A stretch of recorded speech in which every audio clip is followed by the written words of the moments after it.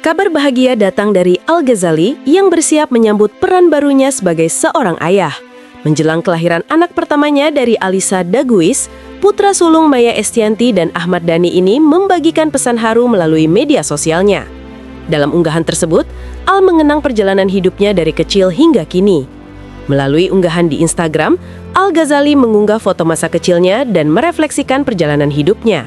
Ia menuliskan, "Dulu di foto ini, aku cuma seorang bayi kecil yang belum tahu apa-apa tentang dunia. Cuma bisa nangis, tertawa, terus tidur dengan tenang dalam pelukan orang tua," ungkapnya.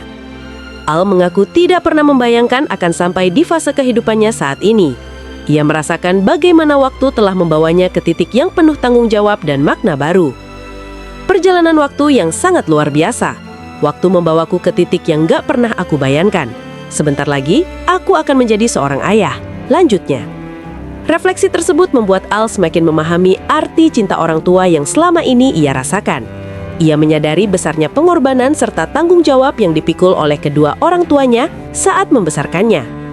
Baru sekarang aku mulai mengerti betapa besar cinta orang tua, betapa berat tanggung jawab mereka, dan betapa tulus mereka menjaga tanpa banyak kata, ungkap Al.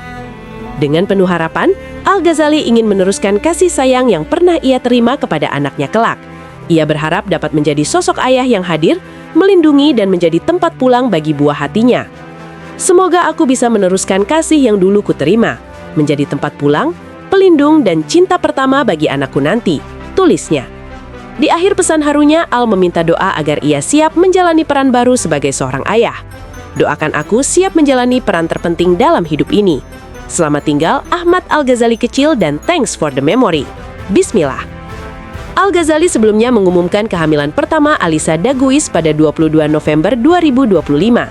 Kabar bahagia tersebut muncul sekitar 5 bulan setelah keduanya resmi menikah pada 16 Juni 2025.